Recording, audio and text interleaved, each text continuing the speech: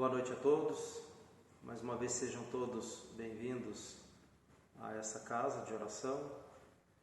E nesse momento peço que cada um de vocês em casa, onde se encontrarem, se puder, prepararem um copo com água ou uma jarra, para que possamos mentalizar e pedir boas energias para a magnetização dessa água que vai auxiliar no nosso bem físico e espiritual. Então, nesse momento, convido a todos a fazer uma prece íntima, elevando os nossos pensamentos a Deus, nosso Pai, também a Jesus, nosso Mestre, aos nossos anjos guardiões, agradecendo por essa oportunidade reencarnatória, agradecendo também pelas bênçãos e pelos livramentos alcançados. Rogamos a Deus a misericórdia para com esse nosso orbe que tanto sofre nesse momento de pandemia, que tenhamos a luz do entendimento para suportar com resignação e fé até que isso tudo se passe e esse nosso planeta se regenere. Que assim seja.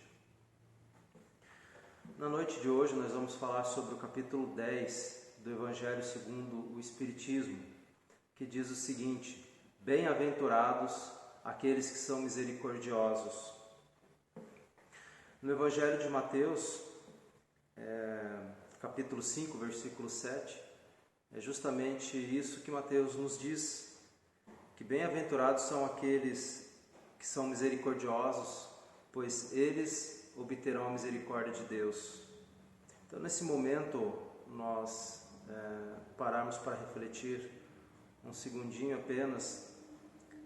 Estamos passando por um momento de muitas atribulações no nosso globo e estamos diariamente pedindo misericórdia a Deus, misericórdia a Jesus, para que tudo isso passe e possamos sair fortalecidos disso tudo, que tenham misericórdia de nossa família, de nossos amigos, de nosso estado, nosso país, nosso planeta. Estamos sempre pedindo a Deus que tenha misericórdia de nós. Mas Deus, na sua infinita bondade e na sua grandeza absoluta, Ele sempre é justo e sempre é sábio no que faz. Mas quando nós, seres humanos, ainda muito imperfeitos, todos nós, pedimos a misericórdia de Deus, isso vai totalmente de encontro ao que Mateus está falando no Evangelho. Porque obterão a misericórdia apenas aqueles que são misericordiosos. Não é verdade? Então, o quanto eu tenho sido misericordioso com aquele irmão que me calunia, aquele irmão que me ultraja, me faz algum mal, não é? O quanto eu tenho orado por ele para que Deus ilumine esse ser, essa pessoa, que traga bênçãos na vida dessa pessoa, não é?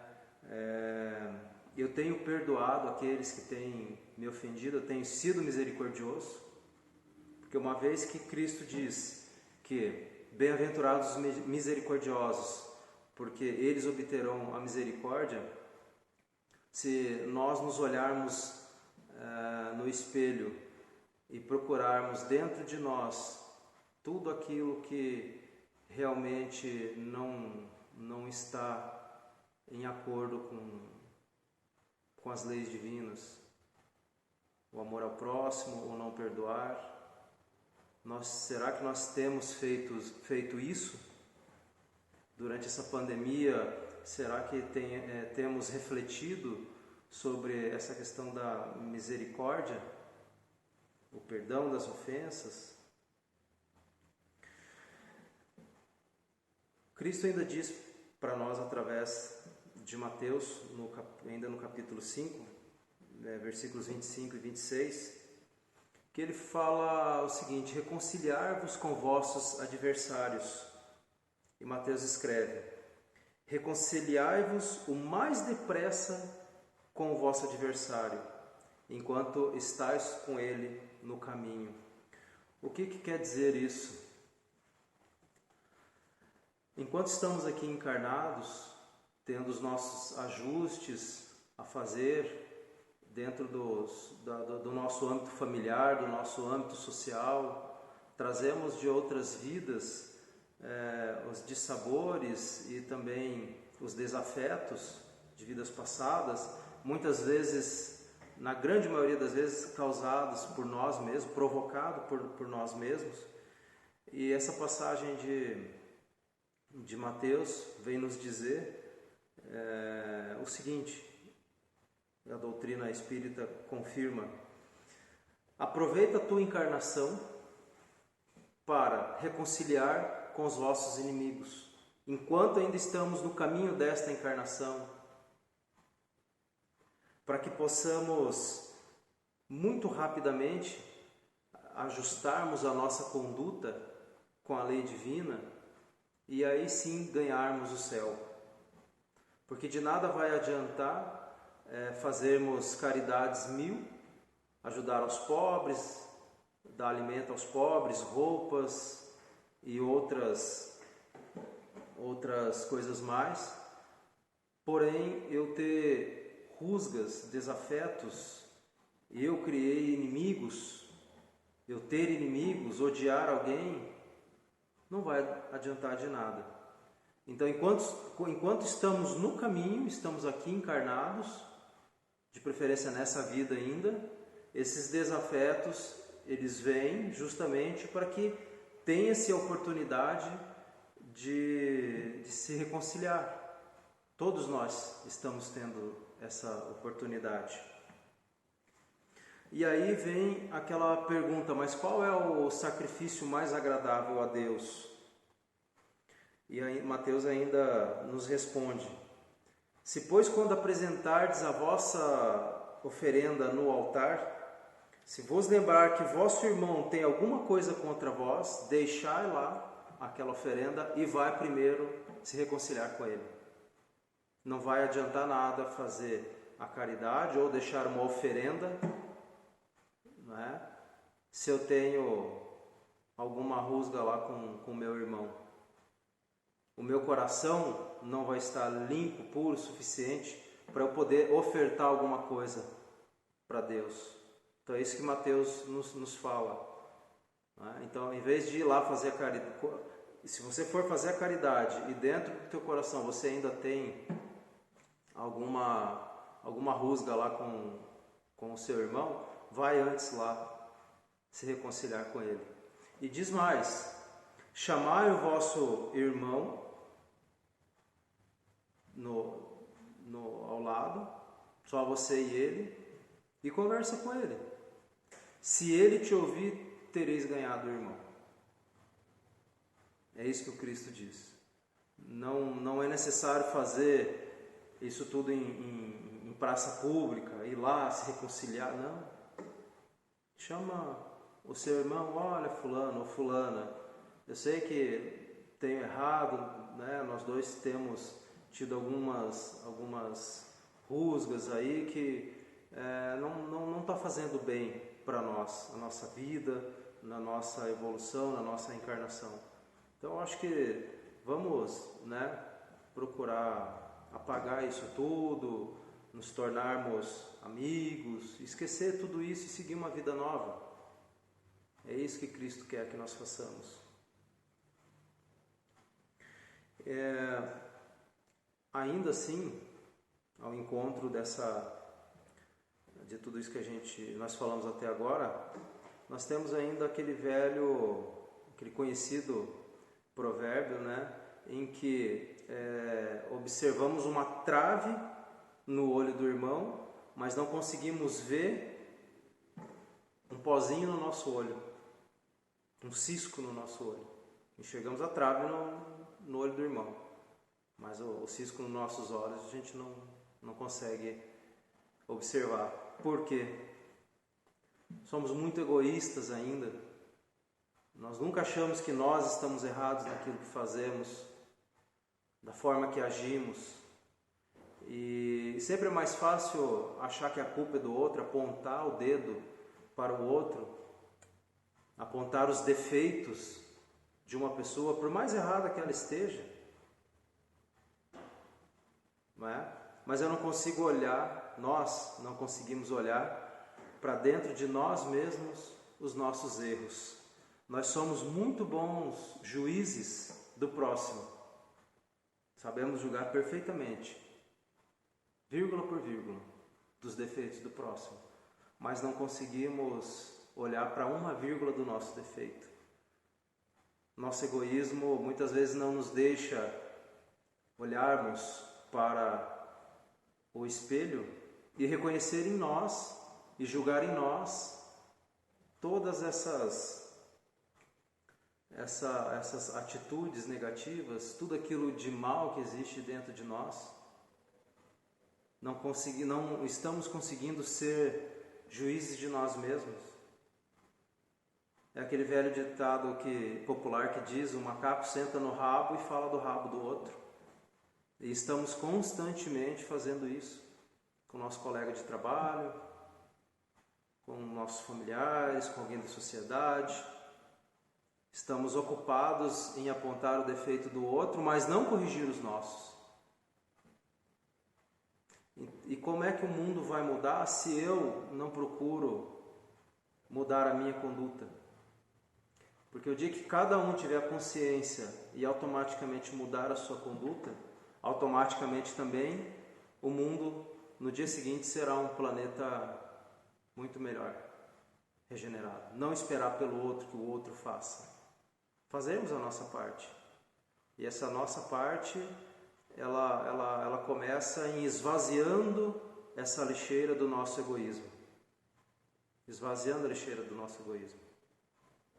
Então isso é o que o Cristo vem nos dizer.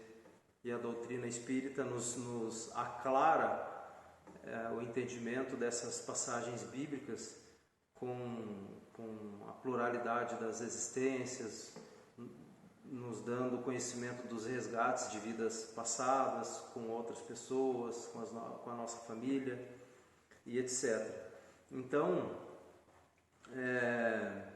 o não julgueis para que não sejais julgado é o que cabe muito bem aqui.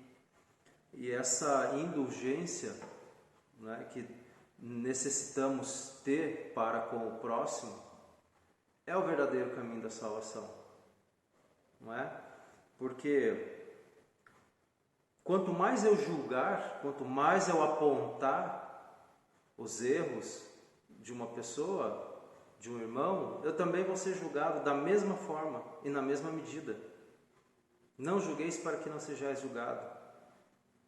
Essa é a lei, não é? Então, o Cristo ainda nos fala, não passará um só ceitil até que se seja cumprido, né? Então, perdoar os inimigos é perdoar para si mesmo, é se perdoar. Quando eu perdoo o inimigo, eu estou me perdoando também, por ter odiado, por ter emanado tanto ódio para uma pessoa. Porque todo esse ódio, antes de chegar na pessoa, ele foi gerado e nasceu dentro de nós. Então, antes de chegar até aquela pessoa, o ódio que eventualmente é gerado por nós, dentro de nós, ele automaticamente já nos deixa completamente afetados por essa energia. E vamos senti-la numa escala muito maior de intensidade, antes de chegar até o próximo. E é nesse sentido que quando Pedro pergunta a Cristo, Mestre, deverei perdoar meu irmão 7 vezes? E Cristo diz, não direi 7 vezes, mas 70 vezes 7. Ou seja, sempre perdoar. Sabemos que no mundo acontecem coisas bárbaras, acontecimentos bárbaros, provocados pelo próprio homem. Muitas coisas provocadas por nós mesmos, claro. E todo esse desajuste só vai ser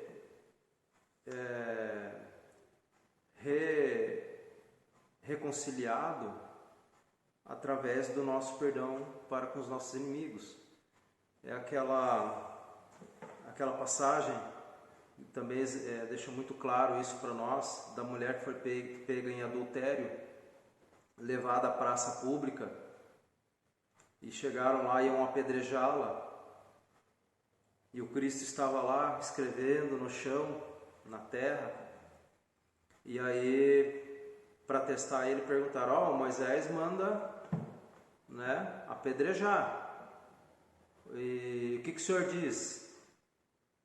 E o Cristo, sem olhar para eles, continuando escrevendo na terra, disse: atire uma só pedra, a primeira pedra, aquele que não tem pecado nenhum. E o que aconteceu? Os mais velhos foram os primeiros a sair, porque entenderam o recado. De repente não tinha mais ninguém em torno daquela mulher, só o Cristo e a mulher. E ele pergunta a ela: cadê o pessoal que queria te apedrejar? E ela responde: foram todos embora, Senhor. E ele responde a ela: se eles não te julgaram e não te apedrejaram, não sou eu que vou fazer. Então, segue e ocupe-se de não errar novamente. Então, essas palavras do Cristo, elas são muito intensas, né? São poucas palavras, mas de uma intensidade gigantesca, não é? Então, quantas pedras temos atirado todos os dias? Muitas vezes inconscientemente, às vezes sem pensar, já falamos coisas, tiramos pedras e fizemos comentários perniciosos contra alguma pessoa, não é verdade? Então, fica a reflexão para essa noite e também para as nossas vidas sobre a misericórdia e o perdão das ofensas. Mais uma vez, gostaria de agradecer a todos e também gostaria de lembrar que no dia 11 desse mês é aniversário de desencarne de Dr. Bezerra de Menezes, dia 11 de março, foi o desencarne dele nessa terra. Então, lembrar desse espírito de escola, uma grande alma iluminada por Deus através de suas atitudes benevolentes. Deixamos aqui também a lembrança dessa data de desencarne, a data de retorno à pátria espiritual do Dr. Adolfo Bezerra de Menezes, que, aliás, nunca deixou de trabalhar, de ajudar os pobres e os encarnados. Mesmo depois de ter voltado para o plano espiritual, ele continua trabalhando intensamente com toda a sua falange de bons espíritos em nosso auxílio. Muito obrigado, Dr. Bezerra, por tudo quanto tem feito por nós.